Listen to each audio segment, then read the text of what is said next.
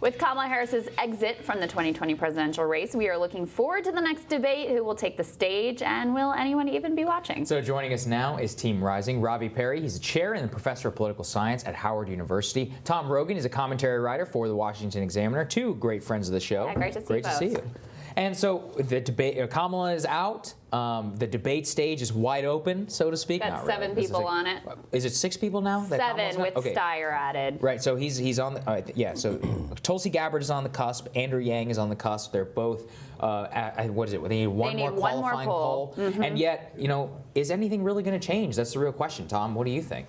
Well, we've already seen a lot of things change in the sense that Kamala Harris was vaunted as the star, the nominee in waiting at the beginning, and look where she is now. Bernie Sanders had a heart attack, and look where he is. He's storming along. So we've had a very dynamic race here, and I think obviously we should expect more momentum going into the primaries, and in this build-up before Christmas, the different campaign teams have an interest in trying to set the initiative for the new year. Yeah, I mean, I think it's interesting. There was a lot of upset yesterday after Kamala dropped out that there would not be any people of color on the stage. However, Andrew Yang and Tulsi Gabbard are both right on the cusp of joining, but I doubt many of the people who were lamenting the lack of diversity will really be celebrating when they make it up there. What do you think? No, I mean, it's going to be a whiteout, really, is what the next Democratic debate is going to be, and that's really unfortunate because the Democratic Party cannot win nationally without people of color. And frankly, people of color are supporting white candidates. It is. But frankly, it's more Joe Biden. Yes.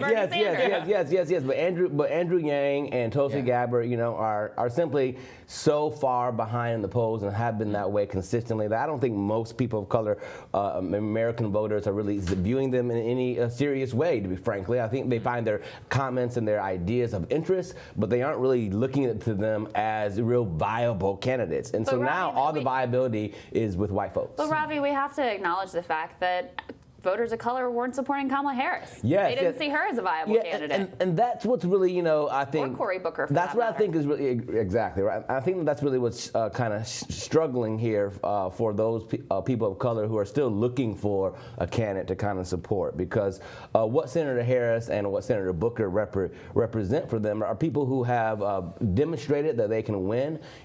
Kamala Harris won 7.5 million votes. To Pete Buttigieg's 8,000 to 9,000. As an example, 11,000. Okay, right. And I got more votes, and she's out of the race.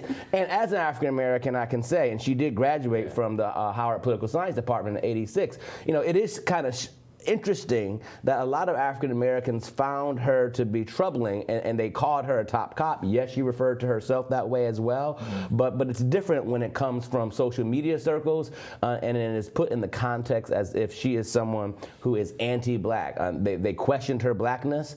Black Twitter, frankly, really went after her because of some of her wavering as related to her comments post the first debate vis-a-vis Biden. And then, people seem surprised that she comes back and then drops out. We have to be honest, and that sometimes our criticisms of candidates this early can really go, I think, a bit too far left. See, I would disagree with that a bit because I think that criticism is very, well sought. Also, it's a campaign. It's a brutal process. Yes. Also, you're going up against Donald Trump, right? I mean, and he's not going to pull any punches. Herself how to frame her record. Tulsi Gabbard, that was the moment with Tulsi Gabbard where she said, you locked people up for marijuana use and then you laughed about it. You went after parents when their kids were truant.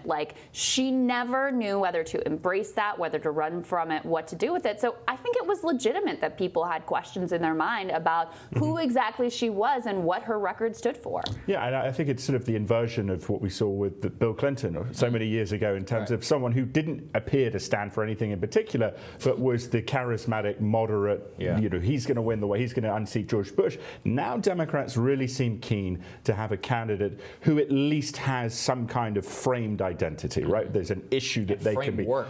Exactly. Yeah. So, that, I think, as you said, Crystal, I think that was a challenge for Kamala Harris, that she didn't know what she was. She had no theory of the case, right? So it was on Medicare for All, it was she didn't really know where she was. Climate change was ban plastic straws. Technology, Elizabeth Warren's let's break up tech companies, and she's let's ban Trump from Twitter. Right. A lot of this just seemed very hollow, elite media level, surface level analysis, and I think that's why she didn't catch on, not because she got hit too early on, I would really push back against that because it's not a love fest throughout these primaries. You have to be well tested in order to come out and actually, make your case to the voters. That's how you win. Well, I would buy that argument to the extent that Pete Buttigieg wasn't still in the race, and Tulsi Gabbard and Deval Patrick and Tom Steyer, all these people that have had a whole history in this campaign of wavering from issue to issue, they just simply have not been attacked like Kamala Harris is. One, the problem is she's a woman, and women are still treated horribly in presidential races. Elizabeth Warren's got the greatest media swing in the history of the planet. And Pete Buttigieg. Pete Buttigieg, you were absolutely right. He is only now starting to face scrutiny. Right. It has been a total love fest. There is no doubt about that. However, we were just looking back earlier. CNN, when they came out with their first definitive power rankings of this race, Kamala was number 1. Beto was number 2. I mean, when she had that rally with 20,000 people, the coverage was glowing. When she hit Biden after the first debate, everyone declared her the winner. She was feted. She jumped up in the polls, and then she didn't know what she thought about busing, really, when it came down to it. And the T-shirts had been pre-printed, and people felt like this was a little too pre-packaged. Then she wavers on Medicare for All. I mean, she had a media love fest out of the gates that she kind of squandered and frittered away. I don't disagree with that. I think that her challenge consistently has been that despite the media love fest, so to speak, she really did not attract African American voters. Yeah, that's the bottom line. Or any voters. But I think and that was her theory of the case, was she was going to challenge Biden in South Carolina for black voters. She had the Obama theory. I'm going to do well in Iowa and New Hampshire. That's going to give me momentum going into South Carolina. I've got California. I mean, it had a certain logic to it, but then she wasn't able to gain any traction in the community that she needed most, African American voters. Yeah, and that's what I think is the lesson learned for future candidates and those left in the race, and that is you really do have to have a clear agenda for African Americans. It has to be consistent. Your message has to be very able to attract both young voters who are really the progressive kind of left wing of the Democratic Party and the older black voters who are, for example, right now overwhelmingly going for Joe Biden.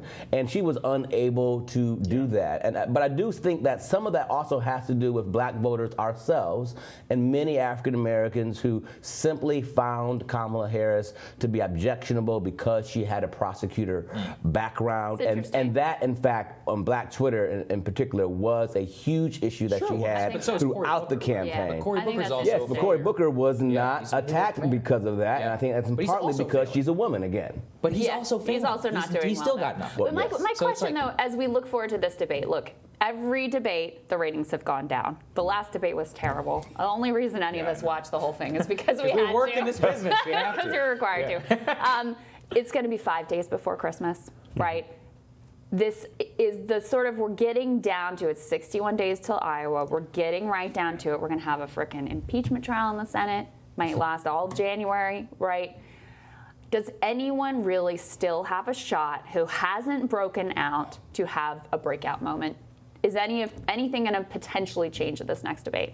I mean, yes, I think they do. Well, I don't know what it is, but this campaign process, this primary process, has been so unpredictable already that you've got to think that something could happen that surges someone ahead, but the ultimate factor will be the beginning of the primaries, right? And then the momentum. And that's why I don't think it is going to change, because it's like you've basically got the top 3. They're like top 3 with Buttigieg thrown in there, but only on Iowa and New Hampshire. It really hasn't changed. It's been Biden and Bernie from the beginning. Yeah, and it has. And Elizabeth Warren's gone up, Pete Buttigieg has gone up, but they have the 2 most core solid members of support.